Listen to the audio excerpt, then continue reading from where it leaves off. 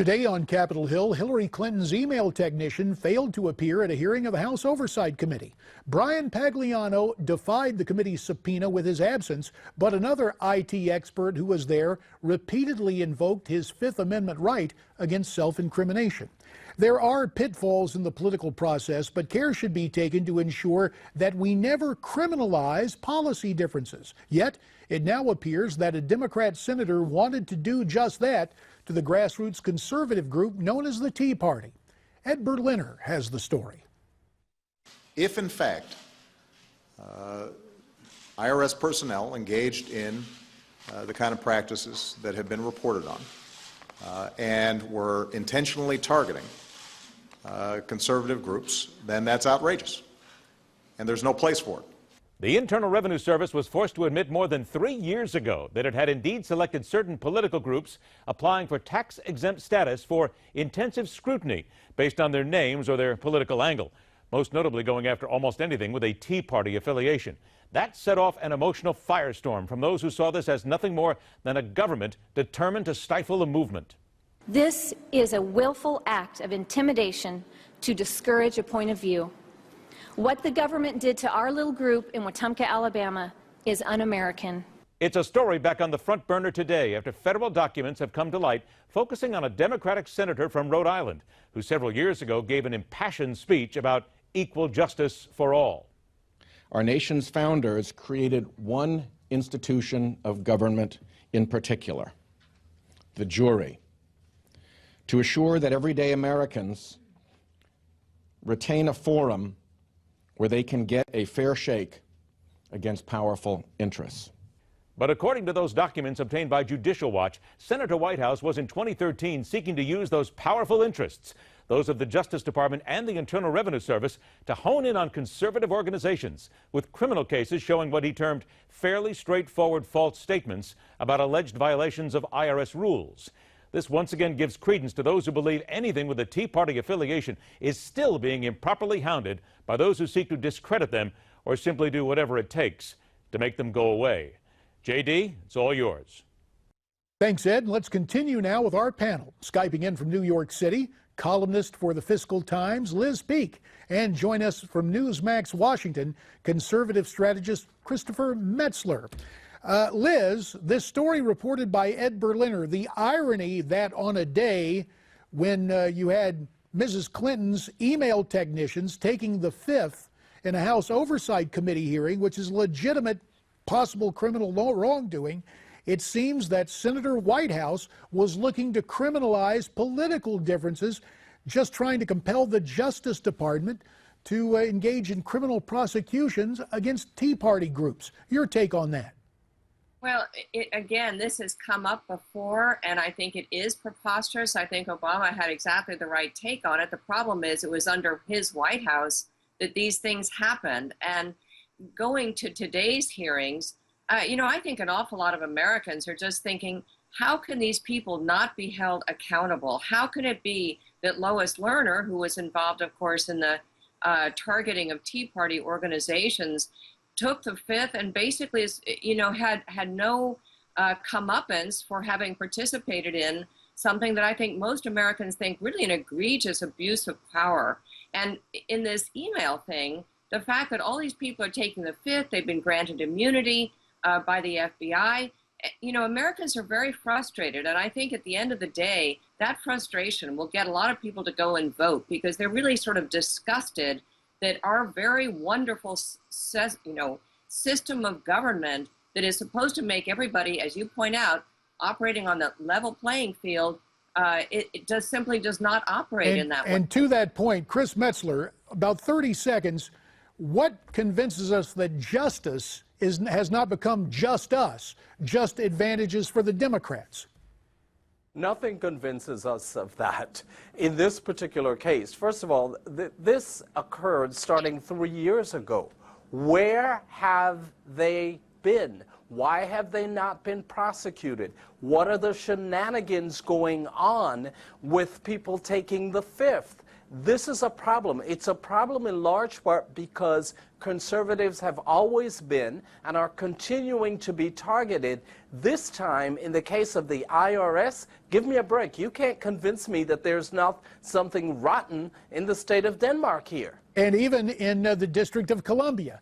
Christopher Metzler in Washington, Liz Peek in New York. We ask you to stay with us. Just ahead on Newsmax Prime, lots more, so stay tuned. Continuing now on Newsmax Prime, Hillary Clinton's health scare has sparked a what-if scenario. If she should drop out, who would take her place? Miranda Kahn has more. JD, Hillary may be off the campaign trail, but that isn't stopping the Clinton machine from going into full force after calls for a plan B. She looked like $1 million this morning. I can tell she's feeling a lot better. Bill Clinton and Hillary Clinton, I'm feeling so much better. are now in full damage control, downplaying her illness I just didn't think it was going to be that big a deal. and doing their best to reassure the public that the former Secretary of State is physically fit to be president. Today she made a decision, which I think was correct, to cancel her campaign day. The decision comes after Clinton appeared to collapse while leaving a 9/11 ceremony. Clinton later revealed she was diagnosed with pneumonia 2 days prior to the incident. But the damage to Clinton's campaign may already be done. Apparently some Democrats are worried about Hillary, whether or not she's up to snuff when it comes to health. Former DNC chairman Don Fowler, who was appointed by President Bill Clinton during the 1990s, it gives me immense pleasure, reportedly told Politico it's time for a contingency plan, saying Democrats would be fools to not prepare. It has them very nervously beginning to whisper about having her step aside and finding another candidate. One name that's popped up, Vice President Joe Biden. There's so much at stake, man. This really matters. But some say that scenario is unlikely. It's possible that Don Fowler just feels that maybe it needs to be discussed in more detail, but it looks like the DNC, at least their official position is that they don't feel they need to do that. Hillary Clinton's recent health scare appears to be scaring off some voters. According to CNN on Friday, Clinton had a 72% chance of winning versus Trump's 28%. But yesterday afternoon, her chances had fallen 14 points. Back to you, JD. Thanks, Miranda. Let's continue now with our panel. Skyping in from New York City once again, columnist for the Fiscal Times, Liz Peek, and from Newsmax Washington, conservative strategist Christopher Metzler. So, Chris, there is Bill Clinton sitting down with CBS News, and you know that whole theory that the longer a married couple stays together, the more they sound and look alike? I think Bill has obviously credibility problems, as does his wife. Let's take a listen. She's been, well, if it is, it's a mystery to me and all of her doctors, because frequently, not frequently, that's not, rarely, but on more than one occasion over the last many, many years, the same sort of things happened to her when she just got severely dehydrated. And she's worked like a demon, as you know, as Secretary of State and as a senator and in the years since. Oh, so she's just worked so hard for all of us. Your take on this? Well, look, again, I think this is much more political spin. Plus, I don't think that his comments are really helping.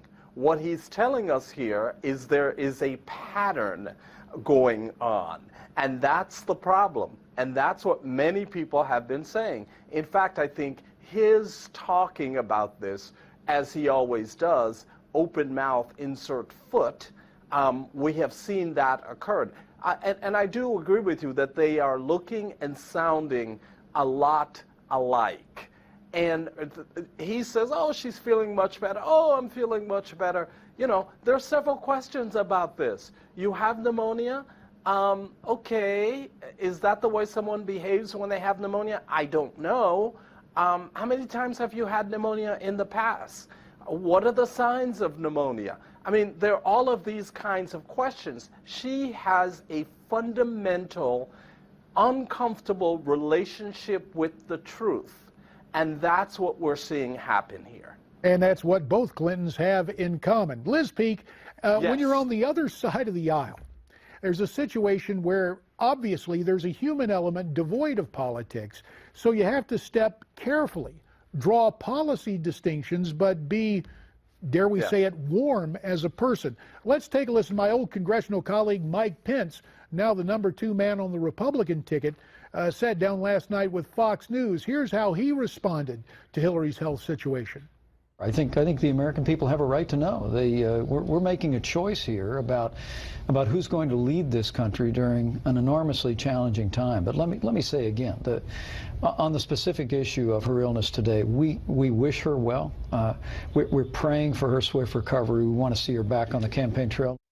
So we expect that kind of diplomacy from a guy like Mike Pence. Get better, Hillary, so he can beat you in November. About the right tone, Liz, in your estimation?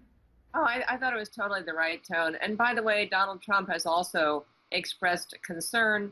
I tweeted out yesterday that this should be exactly what he says. We are so sorry to hear that Secretary Clinton is ill. We wish her a speedy recovery, because that reinforces the fact that she is indeed ill, and yet it doesn't say anything inflammatory. So, yeah, I thought they handled that very well. And yet, Christopher, it's fair game to go after what Hillary was saying when she was, quote, healthy, or at least still making speeches. Last Friday night, when she called some of the Trump supporters a basket of deplorables, it led to this scene last night in Asheville, North Carolina. Bill Clinton embraced, Freudian slip of the century, Donald Trump embracing the deplorable adorables. Here's the way it looked. My wife and I represent non-deplorable people. I am probably a lot of things. Deplorable is not one of them, I assure you. Do I look deplorable? No. After all the horrible scandals that Hillary Clinton's been involved in, and then she has the gall to call us deplorable, it's unbelievable. So, Christopher, that was pretty effective, bringing up the guys in the audience to do the talking last night. Yeah, absolutely. I thought that was a brilliant strategic move. This deplorable thing, for me, raises the question, which comes first, the basket or the basket case? And that is the issue. It is a very curious situation we see there, Chris Metzler. There is another point I want to take up with Liz Peek, because it happened in New York, and it's playing off Mike Pence being back in Washington. Apparently, as a make good for Hillary, some of the press, one of the cable networks said, Mike Pence, won't you call David Duke deplorable? Well, Mike Pence had some things to say. He refused to get into name calling. But boy, that really prompted another of my old congressional colleagues, Joe Scarborough on MSNBC, to riff on this. Let's listen to what Joe had to say, and then Liz will ask for your reaction. You now have Mike Pence refusing to call the Imperial Grand Wizard of the Ku Klux Klan, a man who Donald Trump pretended he didn't even know earlier in this campaign, refused to call him, quote, deplorable. So I guess by their definition, nobody's deplorable. Idi Amin's not deplorable. Certainly, Vladimir Putin not only is not deplorable, he's a boyfriend. So you got old Joe, trained in the law, and because Pence said, look, I'm not going to get into name calling, we reject the support of David Duke. And yet there's Scarborough stringing him up. Is it just a case that Scarborough understands which side his bread is buttered on over there at MSNBC?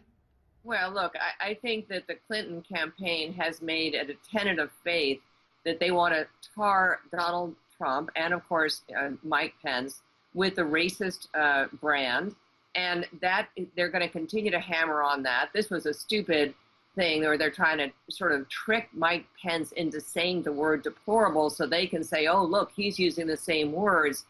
I mean, it was kind of ridiculous. And I think really the more important thing is here that Hillary Clinton's comment really reveals what the last several months have shown, which is that she is not one of the people. She doesn't care about people. The percentage of people who think that she does is extremely low. It's under 40%. Fair point, Liz. Let me turn to Chris Metzler, who's listening with interest and heard all this deplorable talk, so to speak, involving Joe Scarborough turning it around there on Mike Pence. 20 seconds, Brother Metzler, for your take. Yeah, you know, it seems to me that Joe absolutely understands that he's on MSNBC, and so he has to conduct himself accordingly. I think that's number one.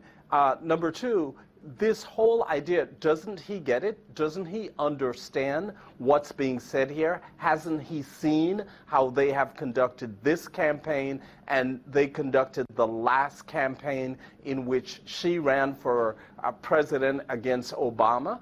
And at that point, she made some very deplorable comments. So the word of the night remains deplorable. Christopher Metzler, Newsmax, Washington. Liz Peek from New York City. Thank you for adorable takes on the word deplorable, I think. Good to have you both. When we come back, a prime playback, Dan Stein from the Federation for American Immigration Reform.